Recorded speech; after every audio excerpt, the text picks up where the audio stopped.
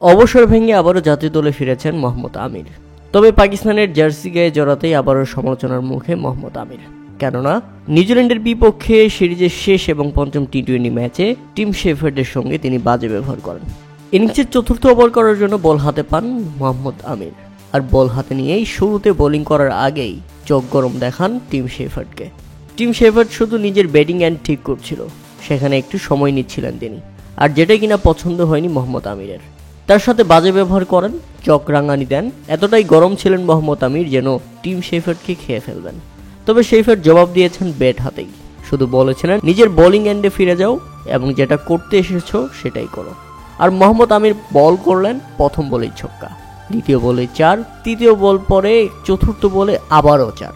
তাতে প্রথম ওভারেই team shepherd Mohammad আমিরকে খরচ করায় 15 রান। এরপর আমির যখন নিজের দ্বিতীয় ওভার করতে আসেন তখনও মার খান। প্রথম বলেই 4, পরপর দুটি ওয়াইড এবং দ্বিতীয় বলেও 4।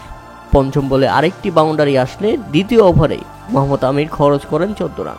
তাতে 2 ওভারে 29 রান খরচ করেন মোহাম্মদ আমির এবং টিম শেফার্ড 26 বলেই করেন 48 এবং দারুণভাবে নিজের 50 তুলে নেন এই ব্যাটার। আমিরের উপর রাগ করে আমিরকে বেধড়ক পিটিয়েছেন তিনি। তাতে মোহাম্মদ আমিরের অ্যাটিটিউড দেখা গেছে 100%, কিন্তু পারফরমেন্স যেখানে 0%।